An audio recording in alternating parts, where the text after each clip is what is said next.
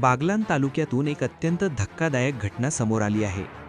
भरधाव पिकअपने दुचाकीला दिलेल्या जोरदार धडकेत एका शिक्षकाचा मृत्यू झाला असून टेहरे गावावर शोककळा पसरली आहे.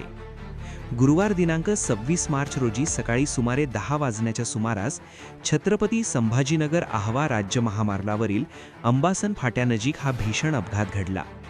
टेहरे येथील रहिवासी व शिक्षक उमेश शिवाजी शेवाळे हे इलेक्ट्रिक दुचाकीवरून नामपूरहून मालेगावकडे जात होते. दरम्यान मालेगावकडून भरधाव वेगाने येणाऱ्या पिकअपने रॉंग साईडने येत त्यांच्या दुचाकीला जोरदार धडक दिली.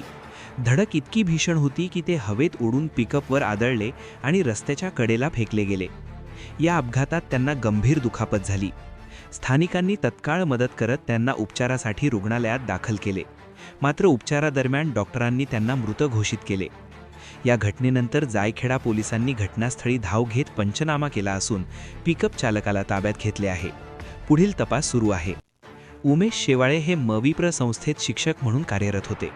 त्यांच्या अकाली निधनाने कुटुंबासह संपूर्ण टेहरे गावावर शोककळा पसरली आहे.